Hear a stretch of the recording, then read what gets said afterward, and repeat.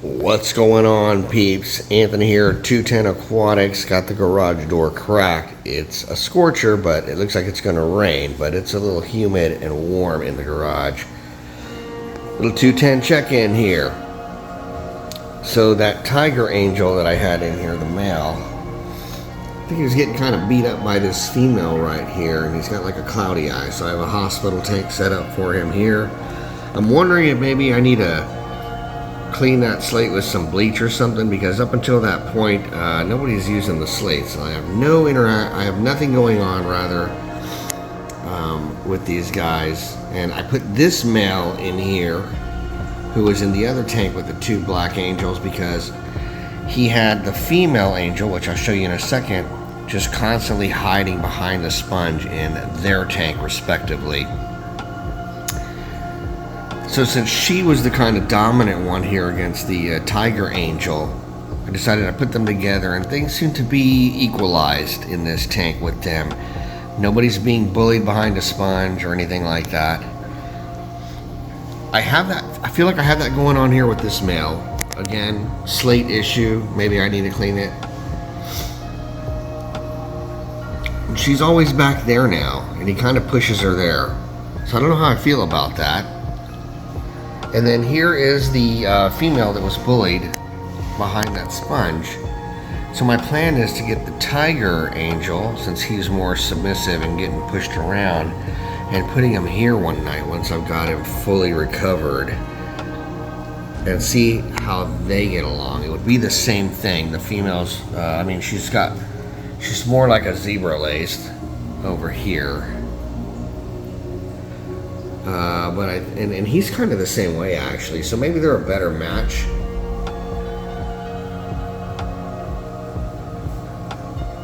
My other idea was maybe put him in with her, but I don't see why the result would be any different. She got pushed in behind a sponge too, same kind of a dominant male, but that would be kind of cool. I'd like to have this work out so I can maintain a pure strain of Philippine blues. And then over here, other than maybe a pH issue, which I think I've resolved, I'll find out here in time. They just haven't done anything, or I'm missing it and they're putting eggs somewhere and maybe on these leaves and eating them before I could spot them. But these guys are happy. Everything's good here. So that's what's going on with the angels. Let's swing on over here and check out what I'm using for the hospital tank.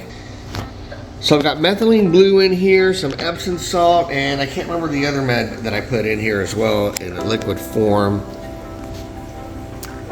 His spirits are good. The cloudiness has seemed to receded a little bit. It was bigger than that. I feel like I'm doing all right here, so I'm just going to keep him here. I'm going to keep him here for another week or two until that clears up.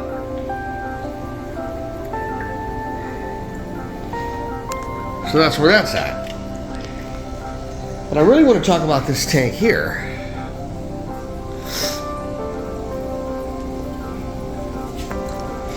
I had maybe one male and 3 female yellow labs, and out of nowhere I ended up getting an explosion of fry in this 20 long. Totally not fair to these guys. They belong in a much bigger tank, so I think I'm gonna have to sell these guys off pretty quick, or maybe activate this 60-gallon cube here and throw them in there and grow them out real quick, since I don't have any angel eggs,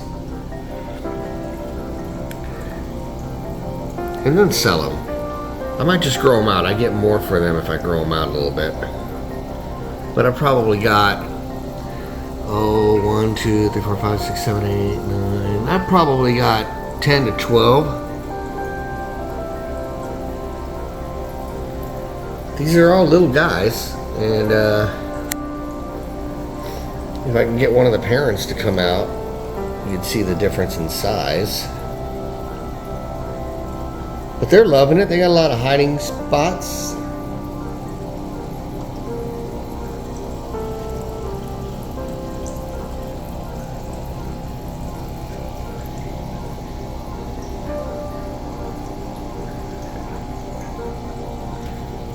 So I'm going to cheat here.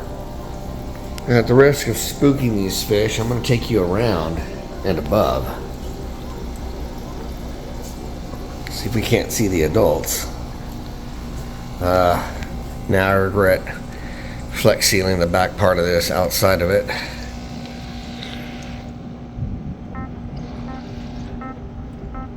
There you go. There's one. Pushing him to the front.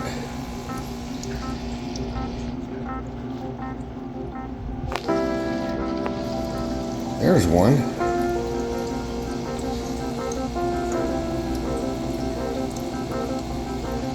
So, I didn't come here without a plan to get him out.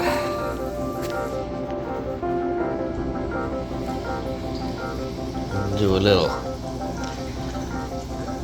tetram in here, get him out.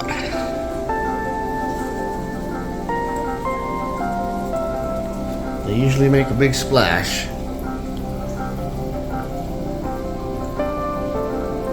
It's like they know I've got the camera on them, man. It's crazy. Come on now, y'all can't resist. Let's go.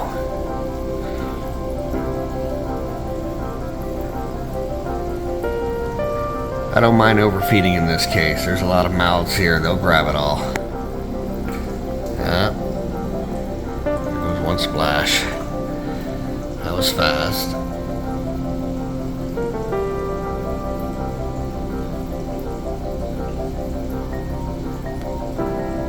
They're thinking about it.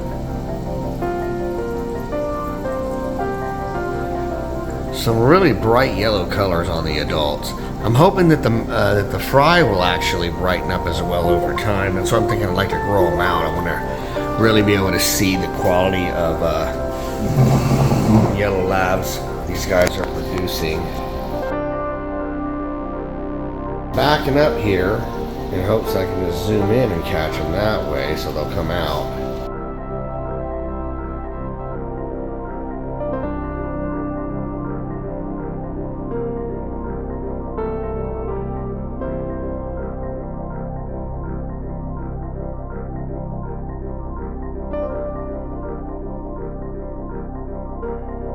I like the tank. For a 20 long, I think I escaped it pretty good. Got some river rock right there on the right, or the left rather. And I used some natural limestone rocks that came out of my property. That rock there, that orangey looking rock I got from a friend's yard. Put some fake plants in there, one in the back just to add a little color to it. There's no point in investing in real plants. These guys will just eat it up or chew it up or dig it out and make a mess. Which goes without saying, if you look at most channels, guys that are really into cichlids, you don't really see a lot of live plants. It's all rocks and crevices. Which is the way. Boom. That guy makes a big splash. They're really camera shy. I can usually walk up here when I feed them and they got no problem coming out. But that's the 210 check-in.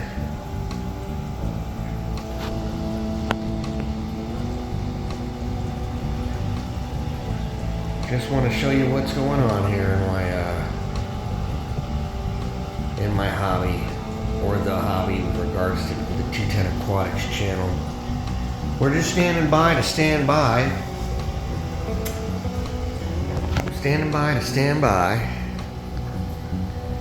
on these angelfish. Waiting to see what's going to happen here.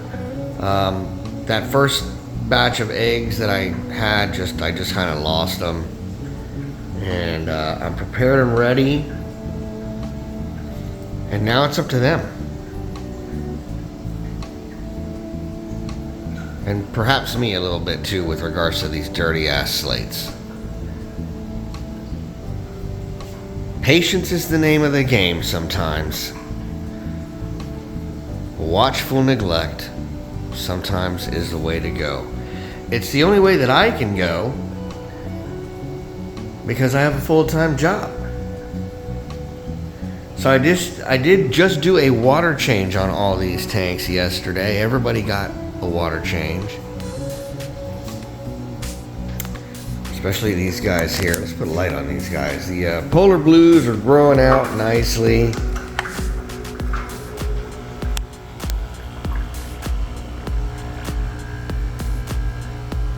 They're looking good. And the tank that I set up for a buddy of mine, where I gave him some polar blues, I need to get out there again real soon and do an update on this tank, because he did something I really loved. And it's just a pure example of how to make the hobby your own. So we'll get an update on that soon as well. And that's a 20 long tank. I scaped it for him. At least I got him started. I provided everything: the tank, the bubbler, the substrate, the fish.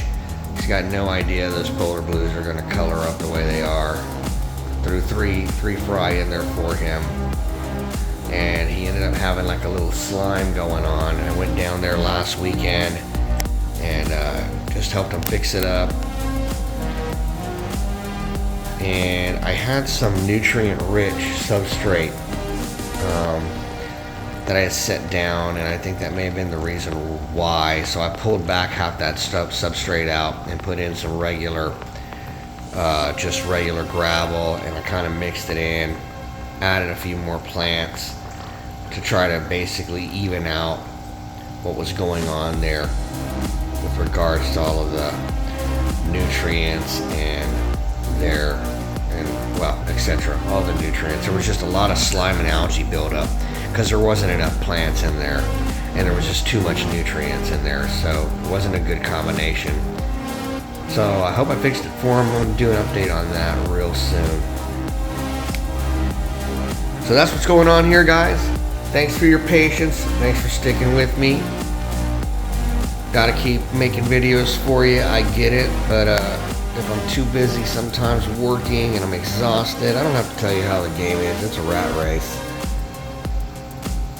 And I didn't really have much in the way of content, or at least I felt that way, but this is content now in and of itself. And I just thought I wanted to share this tank with you. I'm just going to call this the 20 long Yellow Lab tank. Needs to be bigger for sure. I do have a 55. I've considered activating it, even though I had other plans for it. I've got a 55 and a 75 inside, and they're completely cleaned and emptied, and I'm trying to set myself up to go into